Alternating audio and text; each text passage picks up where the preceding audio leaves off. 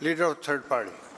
Thank you, Honourable Speaker. Yesterday's budget saw this government announce $330 million aimed at addressing the overdose crisis. Treatment beds and supervised consumption sites are long-term measures, but they do not immediately address our current reality. Over 900 people have died since safe supply measures were promised by this government in September, and that number is only current to the end of February.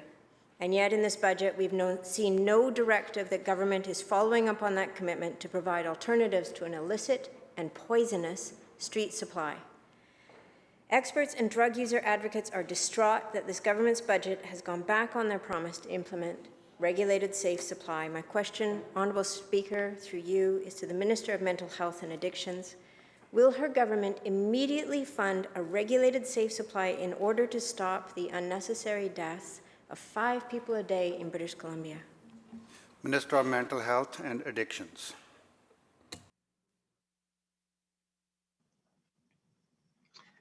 Thank you, Mr. Speaker. That British Columbia is leading the country in providing prescription alternatives, safer supply, is something that we are leading the country on. That there has been a 400% increase in people that have been prescribed safe supply since the pandemic began. Has saved lives, and yet the death toll has been terrible.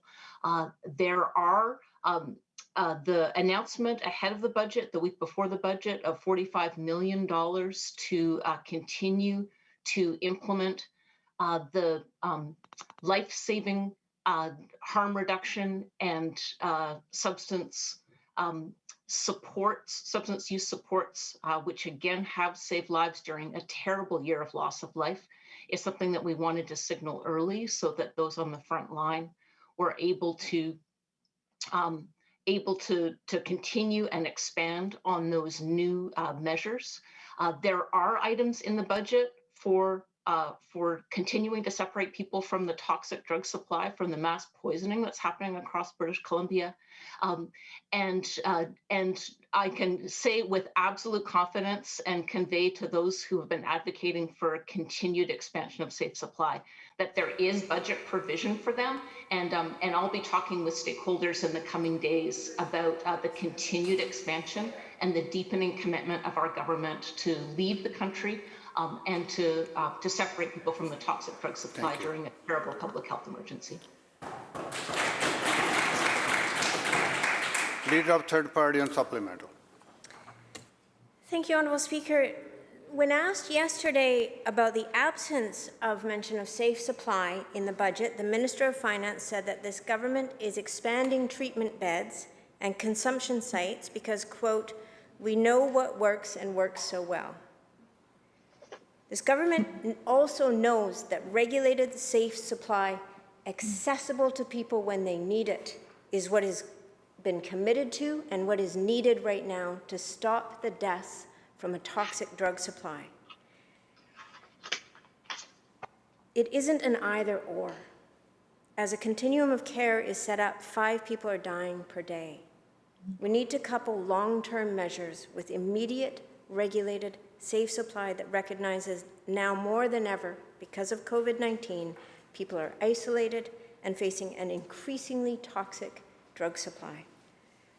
We need proactive measures that are combined with long-term solutions. My question, Honourable Speaker, is again to the Minister of Mental Health and Addictions. She says that there will be funds in the budget. Can she provide specific details about what we can expect to see for funding regulated safe supply in this province immediately? Minister of Mental Health and Addictions. Thank you, Mr. Speaker. Anybody that's watching, I want you to know that in addition to prescribed safer supply, our commitment, as exhibited in the budget, $500 million of mental health and addiction support. It's unprecedented in British Columbia's history. And on responding to the overdose crisis, it includes building new treatment beds. It includes standing up additional supervised consumption sites. Across the continuum of care, we are working on every front and working hard. Here are the specifics on prescribed safer supply. $22.6 million over 3 years includes leveraging existing programs, creating new programs to provide expanded regional access hubs, ongoing evaluation of implementation and clinical impacts on the health and safety of patients, and development of clinical protocols and guidance based on emerging evidence. And again, to those who have been advocating and doing the very hard work of developing protocols, the first in Canada, I'll be in touch with them in coming days about the specifics of how that budget commitment will be spent.